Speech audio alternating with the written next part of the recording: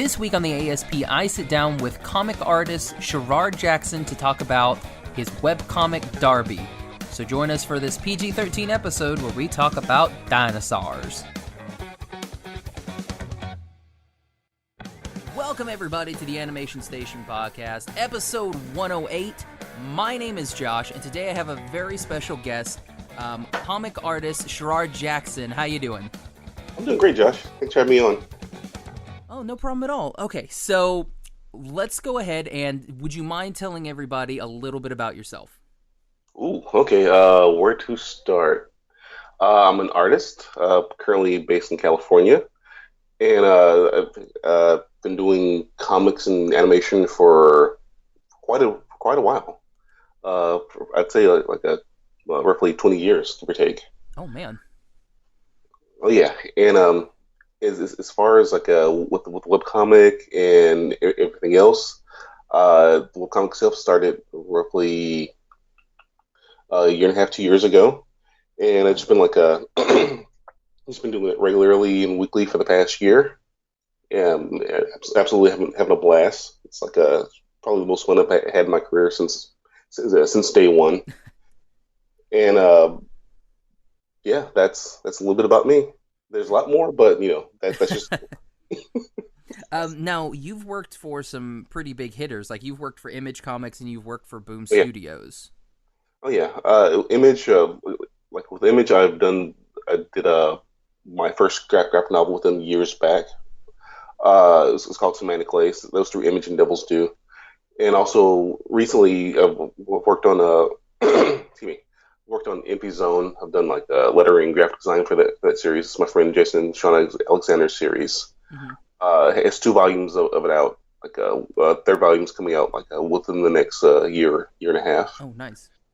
And then of course I've done a couple of side projects through Image. Through Boom, I did a Cthulhu Tales story. I think it was in Cthulhu Tales Volume 2. Did a short story for that, and excuse me, just 1 or 2 fill-in bits.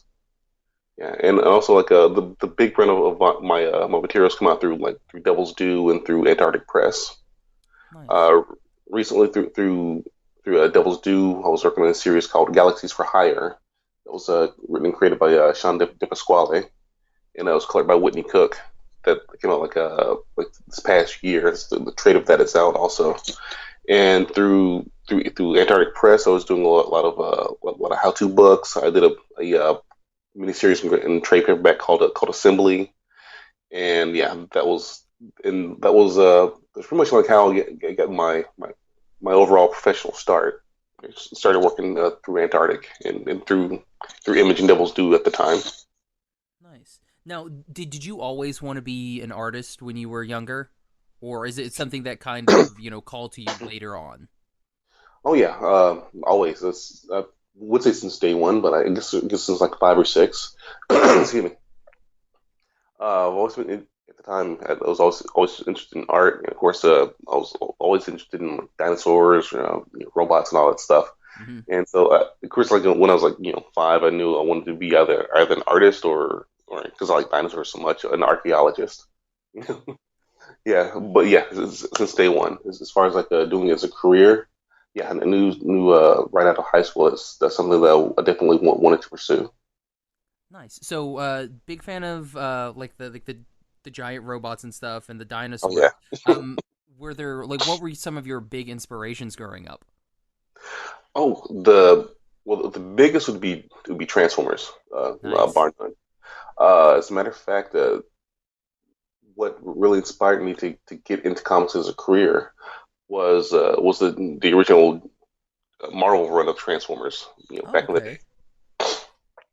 The first comic that I bought right out of the store was issue of Transformers number 2. You might remember it. It was I think on the cover it's a Megatron was shooting Prime, and he was stepping on Bumblebee and holding Buster Witwicky at the time. I just remember thinking this is amazing. This is what I this is something that I love seeing, and this is something that I would love to do as a career. Of course, at the time, I didn't know, I didn't really know the separation between comics and animation, and so didn't really have a voice for what it was. But I knew that that's what I wanted to pursue as a career. I wanted to do that. Okay. Yeah. So, Uh, Outside of that, it's like of course like manga, anime, of course monster movies. I was a big fan of like mhm. Godzilla growing up, and yeah, and of course like the others like the Robotechs, the Voltrons, you Yeah. just the kids cartoons growing up. Yeah, So we'll just we'll say, little Sherard comes home from school, yeah. um, gets a bowl of cereal, is gonna watch something. What's the thing that you watch when you're younger? Is it Transformers? And then say maybe like after Transformers, like what is your thing that you're gonna sit in front of the TV and watch for hours upon hours? Oh, man. Well, you got the standards. It's like, of course, you get your Transformers, you get your GI Joes, and then you get your side projects like your Star Blazers, man. Oh yeah, Like Star Star Blazers, Blazers. oh, that was a jam. Yeah, that was like that and Robotech. And those were like kid soap operas back in the day. Definitely. Yeah. So you definitely watch those. You definitely watch your Voltrons. It's like a uh, let me see. Of course, you watch your He-Mans every now and then. He-Man and your Thundercats. But yeah, that's kind of like that was my diet of like just bad TV when I came home from school. Nice. Oh man. So you said you mentioned like anime and manga. Like anything really big like jump out at you like there? Like I mean, obviously your Voltron, Oh yeah. and your Star Blazers and stuff like that. But anything else that's like a big influence on you? As a kid, with the let me see with the anime, um, that's the thing. It's like of course back then there were a lot of anime projects that came out. It's of course you wouldn't necessarily as a kid you didn't necessarily know that they qualify as anime outside of just animation. Yeah. Um, let me see. What's a like a bigger influence when I was older was like was like Akira, Ghost in the Shell, all Okay, those gotcha. Yeah. animes. All those animes. Let me see. Trying to think. So leaning towards that more mature stuff, Yeah. Oh yeah, which yeah. which we Right from will the we will address momentarily. gate. Oh yeah, that definitely had a big influence on my storytelling. Okay, so you liked the giant robos and you liked the dinosaurs. Yeah. So was oh crap, what was it called? Beast Wars, was that like your Oh, cup of Beast Wars. tea? Oh no, at the time, no, Oh. because because I grew up like being a G1 fan. It's like Oh, okay, I gotcha. it, to me, my Transformers, they were robots in disguise. It's kind of hard to disguise yourself if you're a robot turning into a chimp with guns on its back. Yeah. So it's like I respect. At the time, I respected the fandom. I respected that. That it was something new, but it didn't really like hit me until later. It's like I was more a fan of Beast Machines than Beast Wars because Okay. with Beast Machines they took these core characters and pretty much like made them superheroes. That was an interesting take on it. You know, but like I grew a bigger appreciation once I got older. And, start seeing stuff like the Robots in Disguise line and and the trilogy line, the Armada, Energon, Cybertron line. So it's like I just like the fact that Beast Wars was kind of like that was the point where the fandom grew, and that was like I want to say that was like the first time where fans of the original material actually started making their own versions of Transformers. Hmm. Because like it was especially with that line with that animated show, a lot of the people that were producing it grew up watching the original series. Okay, that's So good. you can feel the fan influence on it. Okay, yeah, so you can feel that, that love and that devotion that they've grown up Exactly. with. That makes Yeah. sense. Okay, so right now you're currently working on the webcomic Darby. Yep. Um, before we do the deep dive into Darby, so spoilers for Darby, going forward. But is there anything that you're really like another story that you're looking forward to telling, either concurrently or after Darby? Oh yeah, there's always a couple of stories that I'm definitely wanting to tell. Like, for now, it's just a matter of timing. It's just a matter of just make sure it's the right moment to get it out there. Hmm. And oh yeah, there's a couple of stories, couple more sci-fi stories I want to do. Nice. Oh yeah, and I definitely want to get back to doing some giant robot stories. Sweet. It's like yeah, it's like that genre's not dead. It's just resting. Yeah. I mean, the Michael Bay did some stuff with it, and then it can come back. It can come back. Oh yeah, it'll come up better and stronger. Exactly. Okay, so let's go ahead and talk about Darby. Now, Darby is a webtoon about a little bitty savage, as you Oh go. yeah. By the way, I love that you do the whole savvy thing. I love that. Like when I first read that, I was like, savvy, savages. That's amazing. That's super clever. Well, thank you. So, sorry. Go Yeah, ahead. I was just gonna say a couple of people have asked like why they call them savages, why they call them posers and everything. And I was always tell people that it's kind of like how an animal would vocalize what they are. Because a Yep. T Rex is not gonna call itself a T Rex. A pteranodon is not gonna call itself a pteranodon. So in their world, like how would they refer to themselves? And just what we're reading is like pretty much like the closest approximation of what they would be called. Hmm. So that's kind of where that came from. Yeah, Nice. Okay, that makes a lot of sense. Like now that you vocalize that, that yeah, makes total sense on why everything is called like that. Especially the posers, because like I was trying to think, it's like posers doesn't sound anything like it, but yeah. thinking he's like, well, they are a bunch of prima donnas flying around, True. so yeah, posers And works. yeah, yeah. They pretend to be your friends, and pteranodons were technically not dinosaurs; they were reptiles. But yeah, So Darby is a little T Rex. oh yeah, Um, uh, by the way, I love that you do the like do the feathering colors like plumage with all the little Tyrannosaurus chitlins. yeah. Yep. The babies, they gotta stay warm. Yeah, I mean yeah, like Darby's coloring just by itself. Like, did you know that you wanted to do like the blue, green, and white, or have you like hopped around a couple times? Uh, that color scheme, I'd hopped around a couple times. Initially, Darby was gonna have Pete's color scheme. It's gonna be Okay, like more brown and black. with the red. Oh yeah. Okay. That was initial idea for that. But what I thought but then I look back at it. Just thought it'd be funnier to have a dinosaur with white feathers that gets covered in blood all the time. Yeah, that's a funny contrast. It is. Yes. Oh yeah. So as far as the blue streak, initially it was yellow, but Okay. of course, the connotations with having yellow streak down your back, I was like, nah, didn't really play. So the white and blue works better. Especially with the character covered in blood. Yeah. And let's go ahead and just get this out there. So if you haven't read Darby before, Darby, I believe, is one of the. It either is the only or is one of the only.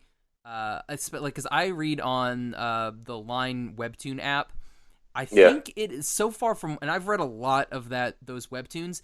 I think it's the only one that actually has a parental advisory in front of it when you start it for the first time. Well, what's interesting, I think there's other strips that have the advisory now, Okay. but but I think when Darby was first featured, it was the first webtoon to have the age gate to it.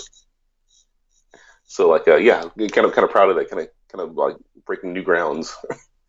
I mean, like that's okay. So me getting into the series, I got into it when like it was one of those like I hadn't really seen too much of it. I mean, I had seen that there was a little thing about a dinosaur that had been featured before, but I was like, Oh yeah, okay, yeah. I mean, I'll get to that eventually, probably. And so, but I was scrolling, and then I don't know, maybe like 2 or 3 months ago, they oh put wow, you put that new banner up that was Darby and Smalto, yeah, and I was like, the oh, rope it's banner. a love story about dinosaurs. Yeah, that was kind of like a sneaky way of like kind of getting new readers. I was like, huh. And it worked. Yeah, Because I'm like, yeah, oh, cool. It's about these cute little dogs. It looks like a T-Rex and a little brontosaurus. They're gonna get together. Oh, that's super yeah. cute. Oh And yeah, it's family friendly. Nope. yeah, and then it's like, let's go ahead and start episode 1, parental advisor. It's like, okay, let's keep reading. And again, this is a mature comic. Oh, We start off with some nice, dramatic, a monologue, of course. pretty much that is going over with a dinosaur being brutally murdered. Oh yeah, yeah, because you have to set the tone right up front. And oh man, it. So I was not expecting that. I was like, dang, this is. To put it mildly, shit got heavy real quick. Oh yeah, So. oh yeah. So about the fourth or fifth panel, it's just like you're in there. Oh yeah, you're just like, welcome. This is your life now. Like, okay, well, this is where I'm gonna be at. So what? Okay, so why a T-Rex? Like, why did we go with Darby? Oh excuse me. The T-Rex, well, because it's probably the most outside of the raptor. It's probably The the most most iconic, popular. yeah. Yeah, it's the most popular dinosaur in in fandom, and also like of course like Jurassic Park makes it popular, and whenever like paleontologists talk about it, they always describe it as like as like the king of the Cretaceous period, Mm-hmm. and and like in the, like yeah, and of course anytime we think about that particular dinosaur, we always see that as like the top monster. Yeah. That's top, yeah, and of course like now it's like more and more research come out about that species and how it's probably more of a scavenger than an actual predator. But I just thought like especially at the time like that a T Rex would be a great protagonist, and it'd be interesting just to show that the creature's social dynamic and especially during the Cretaceous period, and how not necessarily how it's just a savage murder monster, but just how it would relate to its environment. Yeah. And I like what you do with that as well.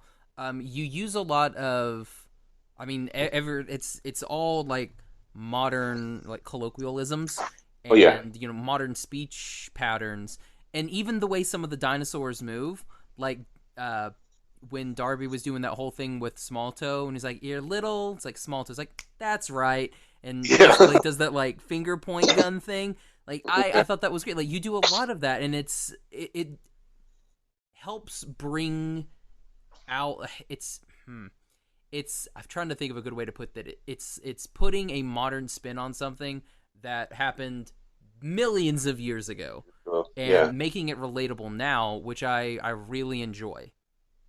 Oh yeah, because the opposite end of that would be to make it just serious and grounded and just to like just if I did it to where you wanted to keep it to where they would relate to themselves, you would and you you know wouldn't necessarily be able to gravitate to them as much is if they didn't have any familiar attributes to them.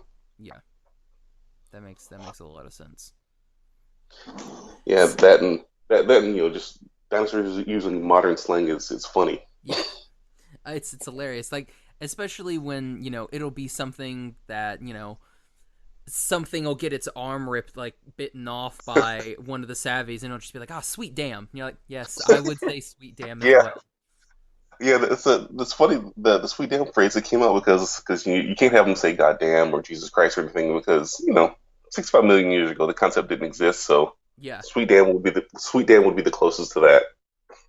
Well, I do like what you do with that. Like when Darby has his when Charmer comes back for But yeah, that little brief, like he says something about the world, and Darby's like, "What's the world?" with the And like world, it's like that yes, makes a lot of sense. yeah.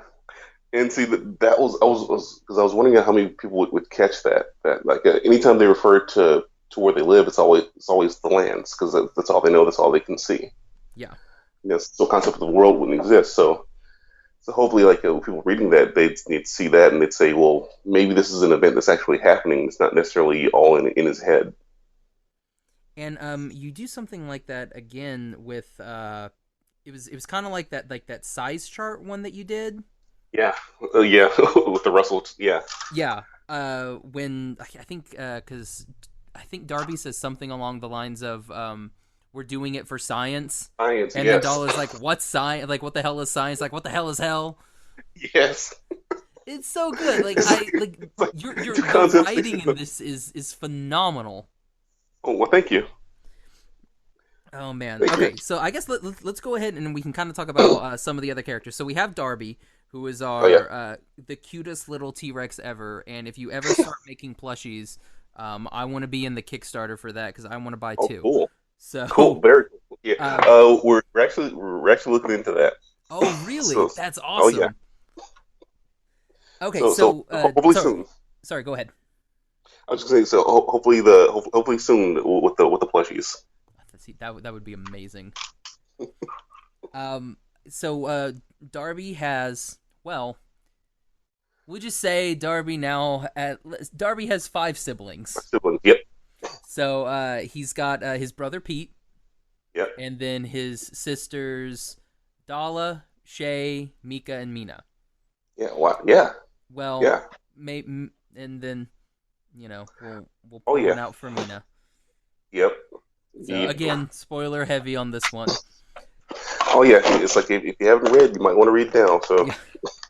So why Mina? Well, we'll put this that one out there. Did you flip a coin okay. over which one we wanted it, like which one you were gonna do? That one was well, I knew one of them was gonna die.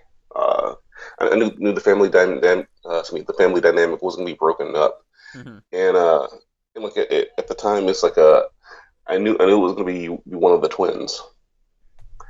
Because like and with that character and her death, it's like how to explain it? Yeah, that one was really rough.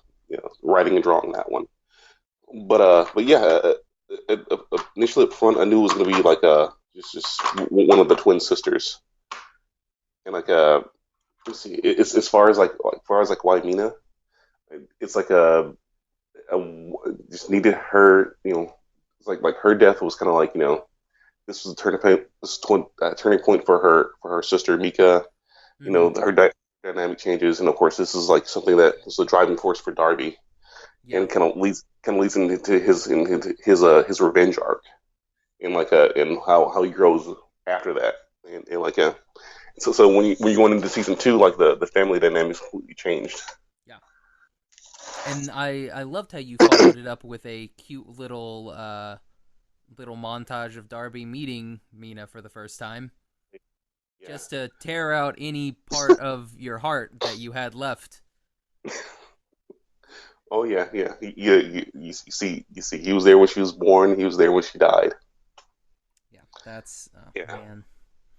Oh yeah, and yeah, the whole sorry, I flipped to that part of the webtoon, and then yeah, his mom saying that yeah, you need to guide them and protect them. I'm like oh, and then like the next shot is literally him watching her. Oh yep, yep. It's like a yes. So you see the moment. So you get a sense that in the back of his mind, he kind of failed on that end, Yeah. and it's like what he does with that belief in failure, and where he goes forward, and that just makes him just a completely different dinosaur at the end of the story. Hmm. And then we have Pete, who's just a wise ass. Oh yeah, Pete's fun to write. He It was he just se- he because, seems like he would be fun to write. oh yeah, because it's like everything about Darby that's just really like tense and on edge, and it's really like just where he just reacts to everything. Pete just takes it as it comes. It's like if it's bad, if the family's gonna be in trouble, he's just like, yeah, oh well, ride or die. Let's do this. Yeah, yeah, that ride or die attitude is amazing. And yeah, it comes out so well, especially like with his character and the way he acts and looks. Yeah. Yeah, he's just like, yeah, yeah, this is funny. Like when they go in the like when they get thrown into the bug pit. Oh yeah, that was Yeah, fun. yeah, and he's just like, Awesome. Just stuff like that. It's hilarious. Oh yeah, Um, the Buck Pit episode that was really that was really fun because that ties directly back into the mhm. Blooded storyline where you see and understand Darby's phobia Yeah. of spiders. Yeah, I'm kind of saving Darby a little bit for last, just because I mean, Oh, okay, he's our main character, and he has a true. lot of backstory. Um, Now, what about Dala? Because I mean, are we gonna get any more from her? Just because of the siblings, it just seems like, because I mean, we're getting into Shay's arc right now, Yeah, and yeah. it looks like Mika. It seems that Mika's gonna have a little something a little bit later, since she found the little Packy baby. Oh yeah, yeah. That was Um, that was the hatched egg of the egg that she and Mina had yeah. from straight out of Hell Creek arc. Yeah, Which I that, thought that, I thought that was great that you brought that back. oh yeah, yeah. Because at the end of excuse me, at the end of the first season, like she's got the egg, so that's kind of like her last connection with her sister. Hmm. So like now that the egg's hatched, it's kind of like what's the dynamic going to be between her and that baby pack? That baby Packy is going to be like it's going to be like mother son, brother sister, you know. So yeah, that's it. There'll definitely more about that relationship in the future. Sweet. Because yeah, I mean, like Dala comes in and she's BA, but and she goes on that the fun the poser party type thing, Oh yeah, where she fights a lot with that. But when she falls down and she's like having to catch her breath, love that. It was amazing. thank you. Um, That was a mom moment. it totally was. Um, but it doesn't feel like we've got a whole bunch of like character, like any sort of like really big backstory. Is she going to maybe get her own little side story bit, possibly? Oh, oh, definitely. Oh, there's much more story to be told with Dala, and like as far as like why it's so minimal now, it's because I just wanted it to pay off like big time towards the end of this season. Okay, gotcha. Okay, now we can talk about Shay, Oh, okay. because this Shay, last Shay, like Shay. the episode that came out today, July 4th. Um, you introduced a whole new dynamic to Shay, because I mean it was always like, yeah, Shay's the crazy one, Yeah. but now you've given her these. If I'm interpreting it correctly, you're giving her these multiple personalities. In a sense, it's like multiple personalities, auditory schizophrenia. So yeah, it's like she's not just crazy. She's there's certain things that are kind of driving her Mm-hmm. in a particular direction. Um, And I, like it, yeah, like, through the first season, I try to kind of like drop hints that that there was something more to her, especially like when she has her trigger word oh yeah, that Nest, yeah. yeah that leads to violence to it. Yeah. So yeah, it's like with this arc with Shay, it's like kind of hoping that people coming out of it, people like understand the character a little bit more and can relate to her a little bit more as far as like why she does what she does, why she's triggered the way she is. That's the end goal. So okay, I kind of I like what you're doing. I like what you're doing with her relationship with Smalltoe as well, Yeah. because Oh yeah. that's another character that you introduce early, and you make us think that you've killed her, and then like 3 to 4 chapters Oh yeah. later, you're like, oh yeah, by the way, she's totally fine. Oh yeah. That was at the end of yeah. That was the Cretaceous Boogaloo arc. Yeah, Hmm. yeah. That's what she was introduced. And yeah, it was funny before the strip was featured. I was initially going to kill her. Just gonna have her just just have that one cameo be her bit. Hmm. But like yeah, it's kind of like reading the comments, and I was kind of growing upon the character. I was just like, you know what? There's something more to her. I'm gonna keep her alive. So that's why at the end of the arc, you kind of see that she survived. She survived drowning. So she's kind of like it's kind of like the dinosaur with 9 lives. it's like a she's constantly in peril, like bad stuff constantly keeps happening to her, but she manages to survive it all. Yeah. So she was someone who was like you didn't really have any plans for, but you know, thanks to the wonderful readers and commenters, you brought her back. Does that happen a lot, or Uh, was this one just like, you know what, this that I could do something with this?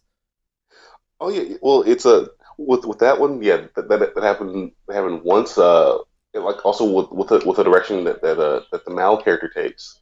I was kind of Hmm. like reading through like readers' comments to kind of get a gist of like how they felt about her. So like I'd say this happened twice, where it's like, yeah, let's change directions with this character. So Yeah. so yeah, I do read the comments. So if we want somebody to live, we just gotta blast it in the comments for you. Oh yeah, yeah. Okay. Well, So we should do like that's a the maybe. bring back Fowler chance, and no, I'm just kidding. It's good. She's dead. Um. Or is she? Oh, you know what? Yeah, that's a really good point. Oh god, You know, she comes who hobbling knows? back like 30 chapters from now. Oh yeah, yeah. She's only get half of her nails done. Man. So we also have well, no, I guess we can kind of go with small toe. I like what you're doing, like with her and Darby's relationship. Like she says, like Darby's her only friend when she Right. goes to bring him back from his revenge quest. Um, and like that's really cool because like it's one of those that you wouldn't assume that that would be her only friend, where her only friend would be a Yeah. bunch of savvies. Yeah. Exactly. Because excuse me. Because with small toe character, she's a potosaurus. She's part of a herd, but she's also a lot. She's pretty much like the run of the litter. She's one that no one really expects to survive. And like befriending Darby and his siblings, she kind of beats the odds. Yeah. And also also with their relationship, was one to show that Darby and the gang, that they're not 24-hour murder machines. And the Patasaur, with Small Toe, she's not constantly she's not constantly in a state of fear that she's going to be eaten by these savages once she gets to know them. Yeah, like I liked their first interaction where it's like, "Are Oh you yeah, gonna eat me?" He's like, "No, right now I'm thirsty, so I'm gonna drink." So exactly. I thought that was really good. So yeah, I mean, it doesn't make any sense because, like what you said, like a lot of these dinosaurs they team up, especially Yeah. like the Rexes and the Apatosaurs. Like when Dom comes in with Oh his yeah. group and they wreck shit and Yeah. stuff like that. It's a really cool dynamic. And by the way, I love Dom. I love Oh, thank you. Dom is Cass, right? Yeah, Dalvin With the Cass. with the crush the guts. Yep. It's so good. Um, yeah, like I like those guys. I did like that you kind of pulled the lamb over time again. Yeah. Like with Yep. obviously Littlefoot, but then you kill her mom, so it's it's a Yeah, the most win-win. brutal way possible. Oh god, it was awful. Snap the neck. Good lord. Yeah, I mean, you figure like yeah, that'd be the most obvious target. Oh yeah. It's like if you can get her down, it's like yeah, that's what you go for. I mean, it makes sense. And then we can go in like we can kind of go into uh yeah, I guess yeah. Let's talk about Mal first. No, So okay. I like what you did with Mal. Um, Mal is like this. Was she supposed to be a just one off for that almost like side story where she comes and gets the fish? Yeah, that's a yeah, that was a similar to Smallville. Like with Mal, that's one where I was kind of like looking at the readers' comments and see what the response to her was, where it kind of like changed direction with her character. Because initially, like when I was introducing her, I was thinking like I wanted to have a character that was like in a constant state of like irrational fear, just like everyone's trying to get me, I'm not part of this, whatever. And so like when you see her, fixing her hair, that was kind of Mm-hmm. like initially the idea was like that was kind of like her way of like of blending in and like and using that as personal protection against her irrational fear. But like let's start reading the comments for her, and they're just like that's it's probably not a strong direction to go in. So that's when they kind of like change directions and have her fishing and have her like doing it for a purpose, to where everything she does is to protect her family. Mm-hmm. Because that just made more to me. That just felt like a more interesting dynamic of this whole thing where to where she dresses up in a power position, and then when she gets tested, she proves that that yeah, she is an alpha, and yeah, she Yeah. should be, she should be part of the group. And it seems like you're going like we're doing a lot of like alpha talk right Oh yeah, now. So like Mao's the alpha, Dom is right. obviously the alpha of his group, Yeah, Pinky's the alpha, Darby is the alpha of the Rex, like of the babies. yeah, and it's like without that position is something he had to earn. Yeah. That was a big part of like of with his sister's death, because before then it was kind of like a reluctant thing where he was like, I'm just these are my siblings, I'm gonna protect them, for so far, but I'm not gonna step up after his sister dies, and that's when he steps into that position. Yeah, I do like that but he's not throwing it around either. Right. Like when they go with the posers, and he's trying to get Dala, involved. She's like, "Is that in order as the alpha?" And it's like, "No, that's just your brother asking." Like, I thought that was really good. I like that he's not flaunting that position over everybody. Right. And I don't know. I mean, that could happen later on, but as of right now, he's not doing it. And I Exactly. thought that was a nice direction that he's kind of going. Oh yeah, because before, because it was before he always saw himself as a loner and just doing some just figuring out everything on his own. Now that he sees that he's the alpha, he's got more responsibilities outside of himself. Yeah. That he instead of just like leading, instead of just like leading and telling what to do, it's like he seeks their advice also. Mm-hmm. Yeah. And so then we have Pinky and what is the male Rex's name? I can't. It's Tuck. Tuck. That's right. Yeah. And her name is Nell. No, yeah, Nell. that's a real name. Yeah. So and you're setting something up. I'm not 100% sure what you're setting up, but you're setting something up there, Oh and yeah. and it looks to be like something that's going to be like even more game changing than Mina. Hmm. I'm trying to. I mean, yeah. I mean, Which should I stay don't on talk that? about it because I don't want to be Hmm. spoiled. But like, I'm just venting right now. It like I don't know. It just seems like because they all know because like Tuck and Nell know about and there's that poser that like knew who Nell was, Yeah. and It's like then they knew the invasion was coming. Yeah. the big bird dude, Prenum. Yeah. Prim. Yeah. Yeah, he like he and Tuck kind of like exchanged glances, so Yep. something's there. And Oh I yeah. don't know, like to me it seems like there's something maybe down the road that is gonna happen. Hmm. Perhaps. Perhaps. you know. Oh man. So Maybe. now this is gonna be weird. So which of the babies are Tucks?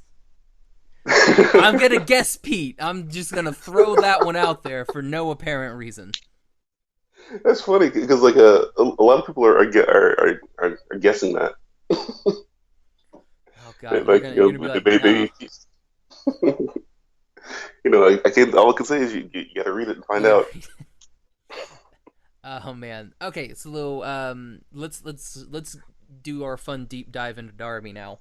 All right. Um, so we have Darby, and when he is born, like his life is pain because he wakes Exactly. up in an ant nest. Like that's how he hatches. Yeah, exactly. And from day one, and something's trying to eat him and kill him. Oh man. It pretty much like sets the tone for his life. Yeah.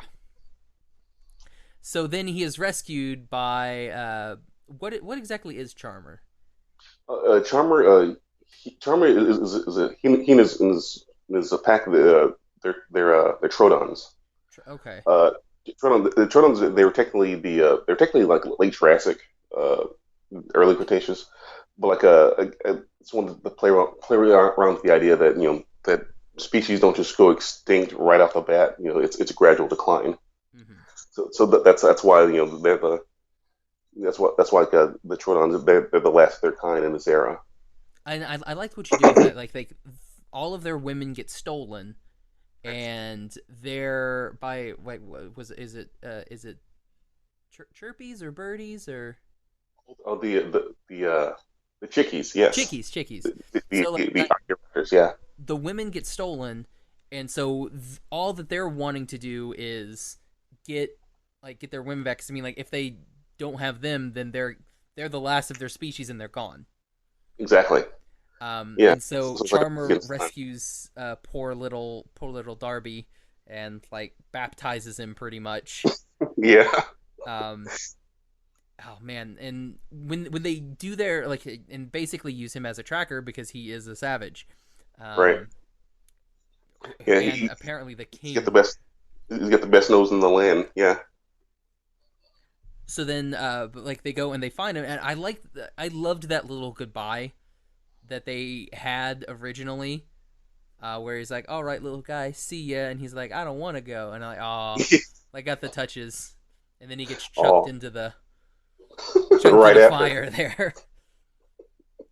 Yeah. It's like, oh, I found a new family. Oh, my family's throwing me into the pit. Yeah. Oh man. So okay, so I've been wondering.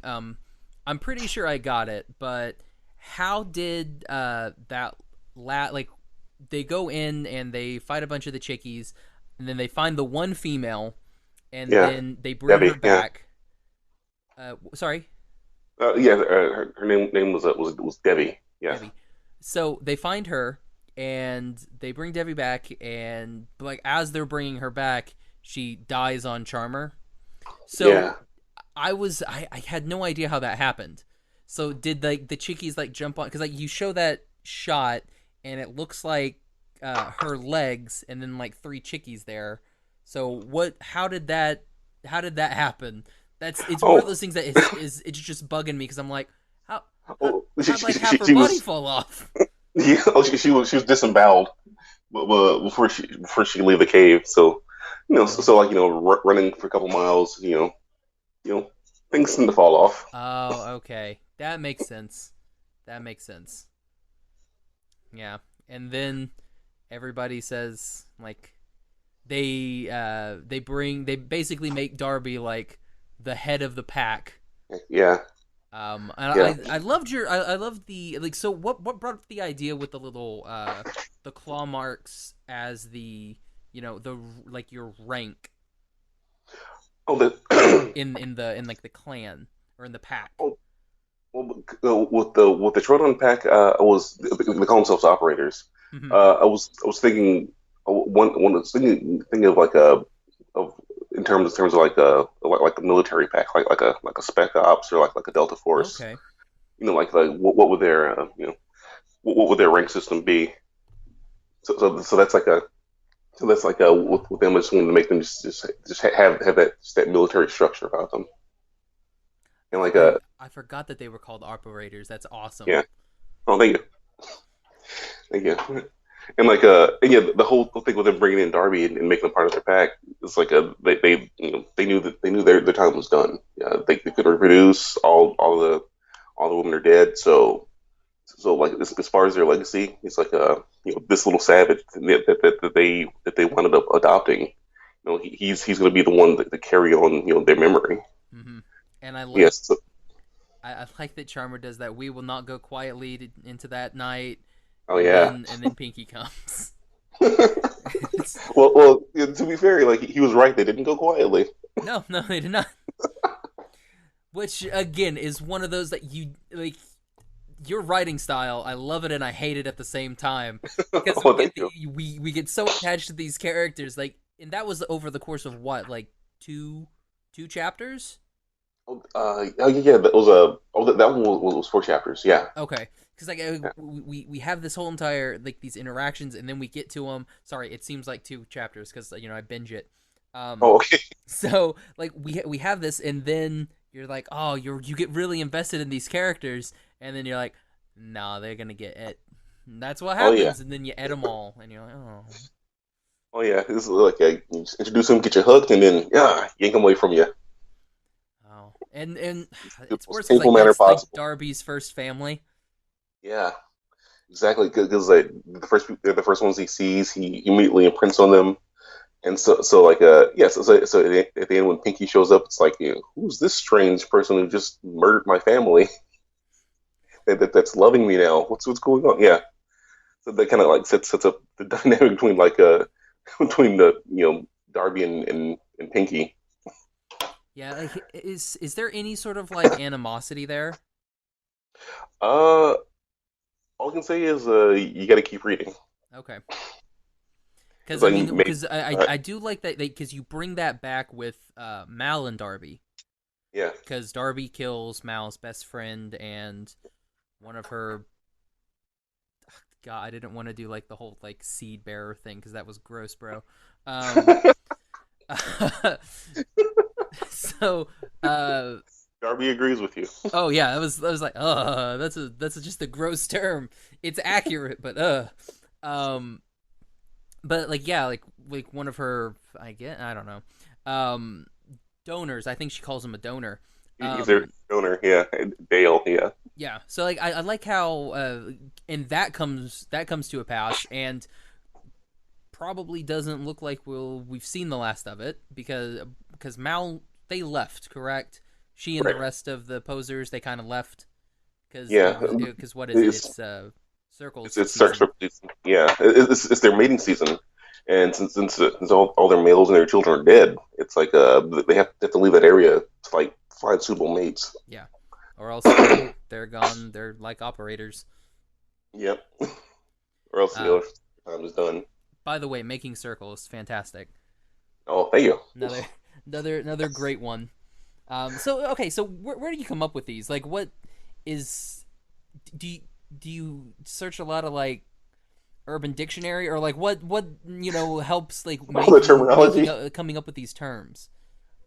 The circle one is like it's just like it's like yeah circle it's better than saying sex season, but like but that one just like it's circles circle of family your family circle making circles, Okay.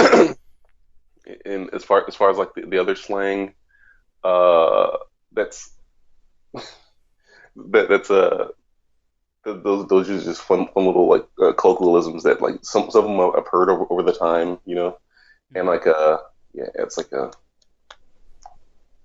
yeah, it's kind of pull it from just multiple sources. Okay, gotcha. I didn't know if like there was just like you're just like what's a term for banging? Like what's an underrated term? It's like circles. That one. Yep. um. So and then like Darby's pretty good. It's pretty much the same until he hits that drastic point when Mina dies, Yeah. and then this darker version of Darby comes out. Oh yeah. It's a version that like that everyone should fear. Yeah, You know. like I mean, he tells So Shay they're to nest in small snow, and that was just like, oh my gosh, nice cliffhanger by the way. It's like Shay well, thank you. nest, and you're like, oh, no. Oh man, it's funny because like when I wrote that episode, I was just so close to like not putting that in there. I just like I was like yeah, because I was debating, was like do I really want Darby to do this? Do I really want him to go in this direction? Because like people are going to wind up hating him. And then I was like, you know what? If it's uncomfortable, it needs to be done. So I left it in there. Yeah, I mean, and it's one of those where like it makes sense for what his character is going through right now. Like at Right. that time, he is in all like no BS mode. Right. He's in utter despair. It's like and just the only way he can function is just to cut off that side of himself that connects with his family. And then And anything and anything he's unfortunately, his way. Smolto is part of that family. Exactly. So yeah, so she gets cut out as well. Um, but not like yeah, like when and I like what you do with Shay too, because I mean at that point the only like real interactions we've had with Shay are when she gets inside that Mama Packy and it's Oh like, yeah. oh my gosh, we're all gonna have eggs. Let's all lay eggs right now. Yep. We have that, and then when she goes crazy after Mina dies, Yeah. and then that's like all of our interactions, and then she snaps after he tries to get her to kill Small Toe. So I that's good because then we get more character depth there too. So I really really like that is the way that you're going with this, and you do a lot of really good storytelling in this series to where everything Oh fits for a reason. oh, So yeah. having Darby go through this dark period ends up creating the Shay and Small And Toe. small to really. Yeah. It's so hard to not call her Littlefoot. That's intentional. Oh god, yeah. And that is what is forming this new relationship. Right. And that's the thing with that moment between Darby and Smallto. It's like I wanted to have like drastic consequences. It's something that it's going to be examined in this current story arc with Shay and Smallto, and further down the line we're going to see like what happens with their relationship. And yeah, it's like that was what was it?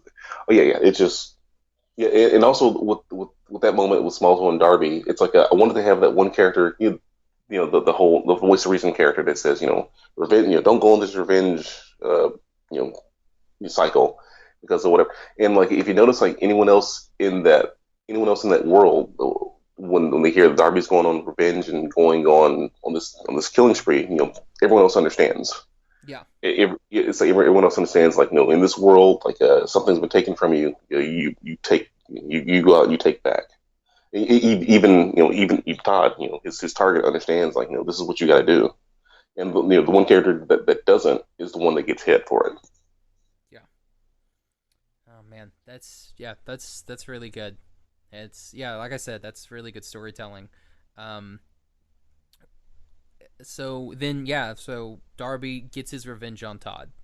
Oh yeah, Um, and good beautiful, lord, beautiful brutal revenge it was. revenge. Yes. Uh, Oh yeah, Darby went Old Testament on him. oh yeah, hell yeah. Um, and then you give us that wonderful charmer, I like lucid dream that Darby has, like almost on his almost like death dream. Oh yeah, his Obi-Wan moment. Yeah. So yeah, I thought that was great that we got to see him again. That was nice. Um, then he ends up since Mal is the one that helps him with getting him to Todd. Then he then owes Mal a favor, which brings us Yep. to our wonderful poser arc. Oh yeah, the ladies arc, as they've been Yeah, calling it. Yeah, that was ladies' night, right? yeah, that they kicked it off. Yeah. Yeah. That's a tough arc too, because it's written so well, and you can understand why. Like it's you can understand why everything is fitting into place, like why they're doing this.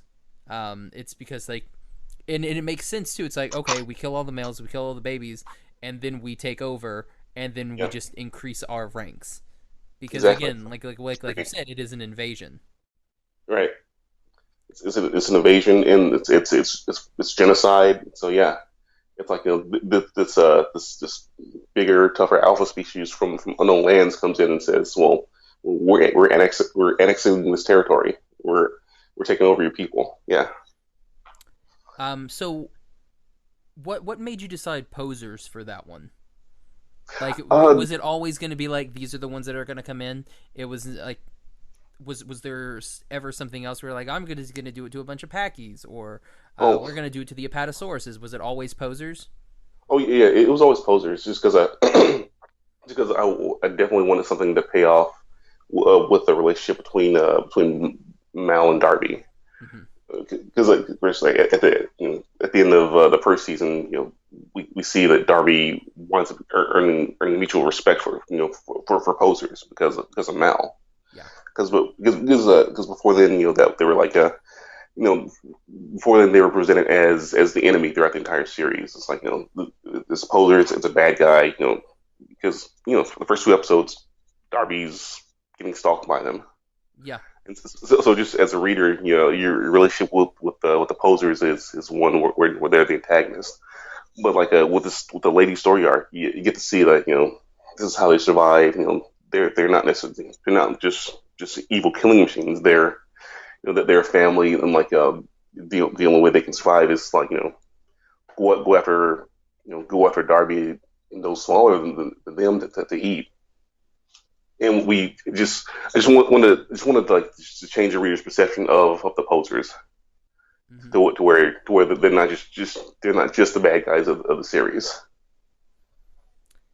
And that brings us to our current area, which is the F with Shay. Oh yeah, because she will bite you. Yeah, F with Shay. Yes. Oh yeah. Yeah. Well, the Shay arc is what like it's like all the others, her siblings, they're pretty much like healing up. Like your Darby and Darby, Pete, and Dalla, they pretty much like got their ass kicked in the last arc, so they're like, we're gonna rest, we're gonna sit this one out.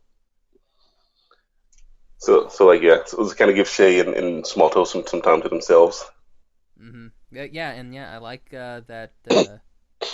Small Toe is still asking about Darby. She's like, "How's Darby? The rest of the family?"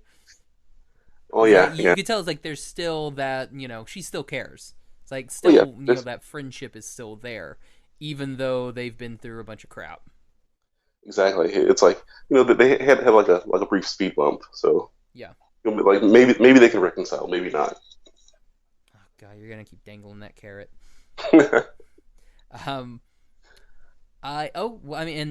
That brings us to where we are currently.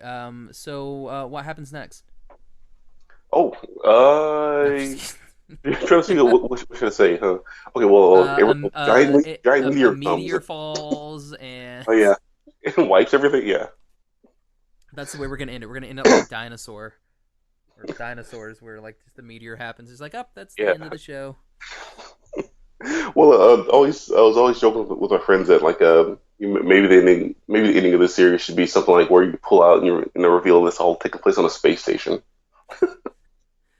Well, I mean, that would be cool because you did like that whole told scene where Pete's like tripping and it shows like Dalla and Darby and Pete as humans. Yeah. Yeah, and that's another thing where it's like so that's the whole coffee-esque moment. It's like which is which. It's like, are they dinosaurs as humans, or is he human dreaming as a dinosaur? Yeah, and that's another thing. Like possibly in the future I'll go more into. Go dive more into that. Yeah, possibly. Nice. All right, so what do you want? Like, what do you want your readers to take away from Darby? In what sense? Like, is there like what's the main story you're trying to tell with Darby? Without giving away anything in the future, like what's the what was the motivation we're coming up with Darby? The motivation with Darby was always honesty. Just honesty in creation, honesty in storytelling, and just also with that character's life, just him and his family just being honest in how they're growing up and how they're relating to the environment around them. As far as like what want the readers to take away from the story, one definitely want them to enjoy the story. Definitely want them, to like to just look at it as in like like this character, these characters, they're fighting and surviving. It's like they're never, it's like they're always moving forward. They're never giving up. And just that, just like I guess just always move forward. I guess is like one of the overall messages I want to give it to the readers. It's like Okay. even just even like even when you're in your environment that just wants to constantly beat you down. It's like as long as you're still breathing, as long as as long as you can open your eyes in the morning, you can constantly just move forward. You have options. So basically, that Disney whole thing where it's like keep moving forward. Yeah, yeah. Except with just more blood and murder. Exactly. Yeah. Well, I mean, I don't know. There's a lot of murder in Disney. It's a lot of it's off screen, but then a It's off lot of screen, it yeah. is on screen. Oh yeah. So yeah, you and Walt right up there. So, um, Nice. what do you want to see this series? Like like how far do you want the series to go? Like, do you want this Oh, series to do like a 6 seasons in the movie type thing? Do you want oh, this to like get animated? Because by the like, oh, this would be yeah. amazing if it was animated. Oh yeah. That'd be so fun. The movie series, just yeah, just I just want to see just how far I can take it. Be it a yeah, be it more just more seasons, be it more movies, television, games, just multimedia. I just want to see just where this crazy character can go. Do you have any plans for releasing anything in sort of like a uh As far as the print form of it, yeah, exactly. Yeah. yes, yes. Hmm. Eventually, I'm gonna do something up print with it. But the main story, I want it to live online. Yeah. Want that to live online for now. Any secondary stories, like maybe some stories that wouldn't necessarily fit in continuity, I'd like to do that as a standalone thing. Okay. So maybe sometime this year I'll do like a collection of short stories with it, sketchbook. That would be interesting, a nice sketchbook. Yeah. Oh yeah. Oh yeah. Oh yeah. Definitely. Oh, just all the crazy dinosaurs drawings I have. Yeah, that'd be fun to fill up that, and like and maybe an original graphic novel or two with the characters. Just something that something that just kind of outside of the current continuity. Okay, so kind of like this is like just a regular day in the life of type thing. Right. Right. Okay, that would be really interesting. Because like I like what you did with like you do a thing that not a lot of I've noticed like webcomic people do, or Oh they'll start it early and then they'll just kind of like fall off, like especially like as they go longer and longer and longer. And I yeah. like that. I like that you did it once and you explained like a lot of stuff. Like, because like, you'll have some webcomics that are like, this is this person. He's our main character. These are his likes and dislikes. Of And then course. like next chapter, it'll be like, this is this person. And then like by like chapter 5, they're like, yeah, screw that. I don't want to have to write all that garbage. Um, but you go and you put like that nice little like almost like a PSA episode in there, and Oh you yeah. talk about everything. And Oh I yeah. really enjoy that. I thought that was really cool. And like you have all your different drawings of your different dinosaurs and everything like that. Like there was that cool. I'm gonna call him Littlefoot because you put another apatosaur in there Oh that had like yeah. the same like dom coloring. So I'm just gonna call him Littlefoot. So or I don't know, large finger. I don't know what you would call him. But yeah, like you have that in there along with all these different versions of everything, and I thought that was really really cool. I like that it was a interesting thing to do, but it makes sense going forward. Like I like how Yeah. differentiated between these are the male dinosaurs and these are the female dinosaurs. Female This is dinosaur. the reason Yeah. that they look like this. Yeah, because like at the time a lot of readers were asking like who's male, who's female, like what's the species, and it was at that moment I was just like, yeah, well, this would be a good intermission to just kind of like break out the lore, Hmm. because like the first couple arcs I was just like I wanted to just introduce the readers to these characters and just kind of over time just like filter in the information rather than just having like just one big block of like this is what everything is up front. Yeah. It's like it's kind of like it's kind of like wanted readers to kind of discover this world the same way that Darby was discovering it, which is Okay. Yeah. like because he and his siblings, they're babies, so so a lot of what they're doing, a lot of what they're seeing is new to them also. So I kind of wanted the readers to have that same level of discovery with it.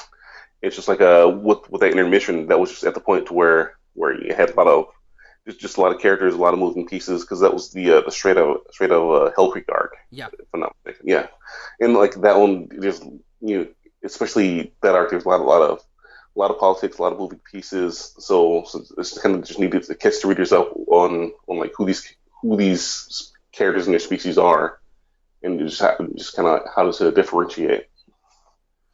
And we did talk about a lot of the series. I purposely left Straight Outta Hell Creek out just Oh, okay. because I like that story part, and that turn that you get is really Oh, really good. yeah. So I wanted to keep everything Okay. as least spoilery as I could. Okay. Well, So that's that, yeah, why I was like, well, just leave that one the way it is, because there's so much in there. Like, we could talk for 2 hours just about Straight Outta Hell Creek. oh man, that was a fun arc to do because it's kind of like a slight mystery and kind of like a part social commentary. Yeah, that was a fun story. Yeah, like, it was like, I don't know, like, reading it, I was like, it's like one of those. Oh man, what's the guy's name? The English director. Geez. There's so many of them. Same. Yeah, I know.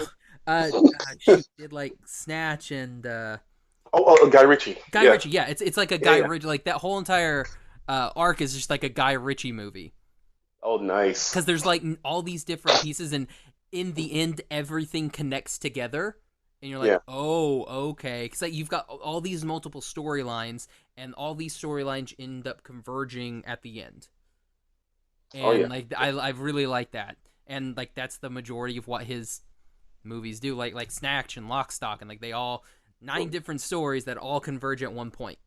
Yeah. And that's the way I felt, Straight Out of Hell Creek was.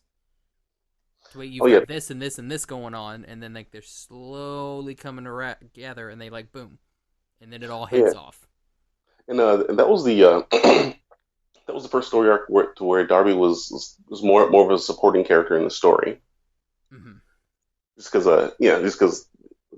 like, there's just so many moving parts with that story, and yeah, and like that conclusion is just I just wanted to make that conclusion and its reintroduction to that story. Just wanted to make it pay off, and and like it's kind of funny because the the inspiration for the beginning and the end of that chapter. Hmm. It's like I always say like with that story arc, John Ford was a big inspiration, like the John Wayne movie, The Searchers. Just like Okay. just that thing to where to where like with that movie it opens up with a sense of dread and it ends with a sense of relief. So like straight out of Hell Creek arc, I wanted it to kind of open up in the opposite direction. Nice. Okay, yeah, that makes a lot of sense. That Oh yeah, thinking about that, yeah, that really fits, and interesting.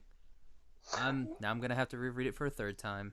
Oh, nice. So, um, now how does like the webtoon stuff work? Like, how does like, say you're a this is for everybody out there. Like, say you're an up and coming artist, and you want to create a comic. How did you go about doing like the webtoon and doing your comic? Because I know you have your website, and like, Right. how do you go about doing all of that? With the webcomic, I I'd heard about the Webtoon app, and I just signed up, just fill out the sign up information for it, and I just started posting. I started posting regularly. That's what's important. It's like because once you're on the site, if you're gonna post something, and if it's like just regular updates that the readers can count on, then you'll start like getting more attention and Hmm. just like more traffic. So yeah, so like my recommendation, especially now, because there's a contest going on for the the Webtoon has Oh yeah, that's looking right. for feature artists. That new artist Oh yeah, contest. Yeah. yeah, Which, by the way, yes. I love the fact that you're not starting a new story. Um, like that, because Just for the contest. that's what a lot of the webcomic artists that I read they're doing Yeah. now. They're like, we're gonna make a pause here so we can enter into the contest. And I love the No, fact that you're no, like, no, I've got this one. This is the one that I exactly. like, and this is the one that we're gonna continue with. Exactly. Yeah, definitely because this is for me like whatever else I'm gonna start like Darby is gonna be the priority. So that's gonna get the most love and attention. Nice, It's like love that. yeah. So like new readers. I mean, well, new creators. If you're thinking about doing it, do it. Don't just think about it. Do it. It's like 'cause, best case scenario, like especially like a contest. Best case scenario, you win, you get featured. Worst case, your comic strip is on the webtoons. Yeah, it's like it's So there's no losing here. But yeah, if you're for aspiring creators, just like go on the app and just sign up and just start posting nice. and And and also be regular. and if That's you're looking to bring in some new readers, make a very deceiving banner image, true. and you'll draw people in because they'll be like, "Oh, cool! This is a cute little thing," and then that's how you get them. Oh, yeah, exactly. I was thinking like that. I think the next banner is going to be just it's a nice little kid friendly banner. Kind of like just like nice, colorful, just poppy style, and then just kind of drawing some more kids. Just like all the kids. Just like, look, Oh, yeah. no, it's just Darby's daycare. Yeah, Darby Adventures, yay! Oh god, that would be a. See, there you go. Make Darby's daycare adventures, and Oh, that yeah. could be your graphic novel standalone that comes out later. And at the end, he's just like, "Yeah, this is too much work," and just eats everybody. See, now that would be awesome. Nice little kid Except, look I into mean, the last 5 pages. oh, yeah, it's like Josh cut that so he can use it later. Um, that way they won't know. Um, so now, sure, where can everybody find you, like Oh, social media wise? on social media wise, my handle is Sherard UR. That's SHERARDYOUARE. They can find me through that handle on Twitter, on Instagram, Snapchat, use it occasionally. Also, they can they can find like the Darby web page, the Darby Facebook page on Darby Adventures, and also that's a separate Twitter handle, Darby Adventures. They can find me there too, and like and also I have I have another gig where I'm doing images and graphic design for the website Bunny Ears. So Oh, nice. you can also find some of my work on bunnyears.com. Excellent. But And you have a Patreon too, correct? I did. It's Patreon. It's under my Sherard Yar handle. So you can find me there. I think it's patreon.com / Sherard UR. Awesome. And we'll put all of the links to everything in our show notes. So if you want to check it out, all you have to do is just pull those up, and Oh, definitely. you can just click on Oh, those. definitely. And And also the main the Darby Comics. You can do darbycomics.com. That'll take you directly to the Darby web Darby episodes. We can awesome. like click directly to the first episode. And those come out every Wednesday, correct? No, yep, every Wednesday. Every Wednesday. Awesome. And you can find me on Twitter and Instagram at Josh L. Kane. You can find the podcast on Instagram at Animation Station Podcast, on Twitter at Animate Podcast, on Facebook and Tumblr, Animation Station Podcast. And you can check out all of our episodes on iTunes, Stitcher, Podbean, Google Play, and on our website, animationstationpodcast.com.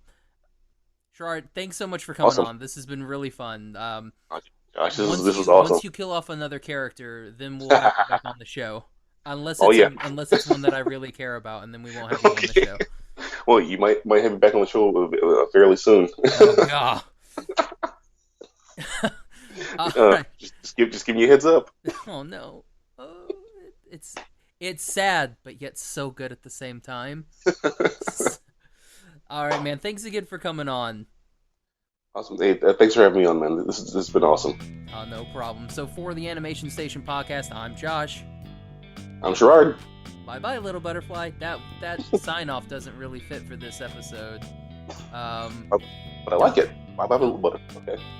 Don't be a savvy. No, but no, you want to be a savvy. Savvies are dope. Yeah, exactly. Let's. Yeah. New sign off. Sweet damn. Sweet damn. Yes. Sweet damn, everybody.